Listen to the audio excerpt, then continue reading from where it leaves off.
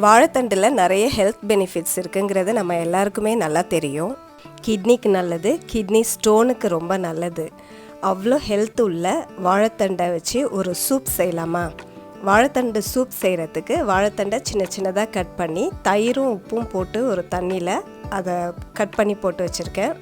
இப்போ ஒரு பேனில் 1 டீஸ்பூன் அளவுக்கு பட்டர் சேர்த்து அதில் 10 சின்ன வெங்காயத்தை பொடி பொடியாக கட் பண்ணி வச்சுருக்கேன். அதையும் சேர்த்து வதக்கிக்கலாம். இது கூட 1/2 டீஸ்பூன் இஞ்சி பூண்டு பேஸ்ட்டு, 1/2 டீஸ்பூன் கரம் மசாலா தூள், 1/2 டீஸ்பூன் ஜீரகத்தூள் எல்லாத்தையுமே சேர்த்து 5 கப் தண்ணி சேர்த்து அது கூட வாழைத்தண்டும் சேர்த்துக்கிறேன்.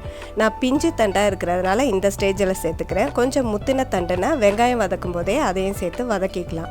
இப்போது இதுக்கு தேவையான உப்பு சேர்த்து இதை ஒரு மூடி போட்டு 10 நிமிஷம் கொதிக்க வச்சுக்கலாம். பேலன்ஸ் இருக்க வாழைத்தண்டை ஒரு மிக்சர் ஜாரில் சேர்த்து நல்லா ஸ்மூத் பேஸ்ட்டாக அரைச்சி எடுத்துகிட்டு வந்துடலாம். சூப் நல்லா கொதிச்சிருச்சு. இது கூட நம்ம அரைச்சி வச்சுருக்க வாழைத்தண்டு பேஸ்ட்டை சேர்த்துக்கலாம். நான் எடுத்துக்கிட்ட வாழைத்தண்டு நல்லா பிஞ்சாக இருந்ததுனால நார் அவ்வளவா இல்லை, அதனால் நான் பேஸ்ட்டாக சேர்த்துக்கிறேன். நீங்கள் எடுத்துக்கிற தண்டில் நார் அதிகம் இருந்துச்சுன்னா வாழைத்தண்டை அரைச்சிட்டு அதோடைய சாரை மட்டும் சேர்த்துக்கங்க, வடிகட்டி சேர்த்துக்கங்க.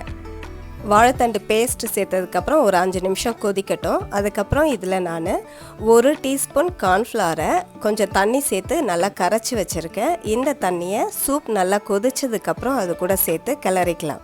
கார்ன்ஃப்ளவர் சேர்த்ததுக்கப்புறம் சூப் நல்லா கொதிக்க வச்சுட்டு கடைசியாக 1/2 டீஸ்பூன் மிளகுத்தூள், கொஞ்சமாக கொத்தமல்லி இலையையும் கட் பண்ணி சேர்த்தோன்னா சூப்பரான வாழைத்தண்டு சூப் ரெடி.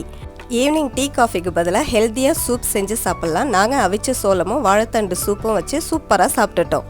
வீடியோ பிடிச்சிருந்தா லைக் பண்ணி சப்ஸ்கிரைப் பண்ணுங்கள்.